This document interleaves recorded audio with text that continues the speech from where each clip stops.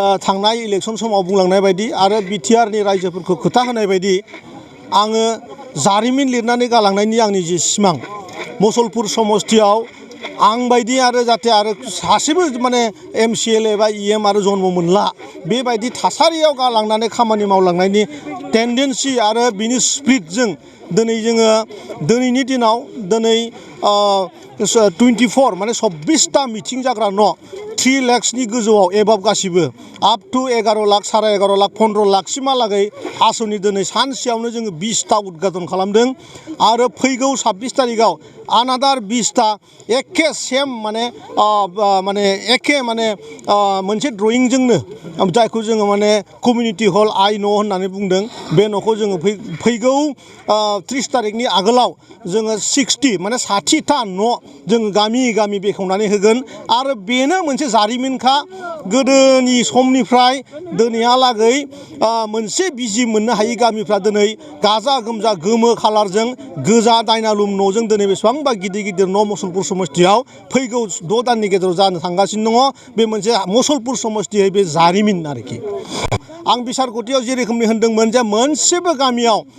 मोनसेबो आसनि मोनागारा थानो हानाय नङा खारन आंनि बे 5 बोसोरखालिन समाव गासैबो गामियावनो आङो मोनसे नङा मोनसे आसनि होलांगोन होननानै बुंदोंमोन थिग बिदिनो दिनै 10 लाखनिफ्राय 15 लाखनिफ्राय 3 लाख एकदम लयेस्टआनो 3 लाखनिफ्राय जोङो दिनै बे खामानिखौ मावगासिनो दङ बेवहाय बिटिआरनि मानगोनां जोंनि सिएम सारा गोबां अननाय देखायदों आरो जोंनि डिपुटि सिएम सार गबिन्द सारा आंखौ स्पेसियेलि जोबोर अननाय देखायनायजों आं दिनै बे हाबाफारिखौ मुसलपुर ओनसोलाव मावफुंनानै होनायाव जोबोद गोरलैयैनो खामानि मावनो हादों आरो आंनि जि रादाय बे रादाया जे मोगथां जाबाय दिनैनि समानो खोन्थायो खारन दिनैनि उनाव 30 तारिखनि उनाव आरोबाव आरो 20टानिफ्राय 25टाल' गामि थासिगोन जेरावनोखि 200निबो बारा जोंनि मुसलपुर समस्तियाव गामि दङ बे गासैबो गामियाव माने मिथिं जाग्रा न'खौ लानानै बा बिभिन्न सोरबा नामघर बिभिन्न आसनिखौ मोन्दों बे गासैबो जोंनि बिटिआरनि गिबि खुंगिरि प्रमद बर' बिथांनि अननायावनो जाजोबदों आरोखि 2023-24 सोलोंथाइ बोसोरनि थाखाय गोदान मुं थिसननाय लानानै फैदों बड'लेण्ड एकाडेमि सिनियर सेकेन्डारि फरायसालिया क'क्राझार जिल्लानि तिनिआलियाव थानाय बर' बिजोंनि बड'लेण्ड एकाडेमि सिनियर सेकेन्डारि फरायसालिया दायो केजिनिफ्राय 9 थाखोसिमनि गोदान मुं थिसननायखौ लागासिनो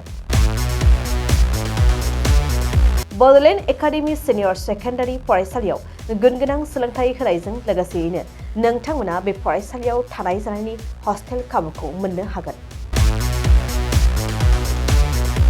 बेजों लोगोसेयैनो बे फरायसालियाव एक्सट्रा टिउसन आरो इंलिश स्पिकिं कर्सखौबो फरायसाफोरनो होनाय जायो गोसो गोनां फरायसाफोरा मुं थिसननायखौ बाङाय बेसेनावनो मोननो हागोन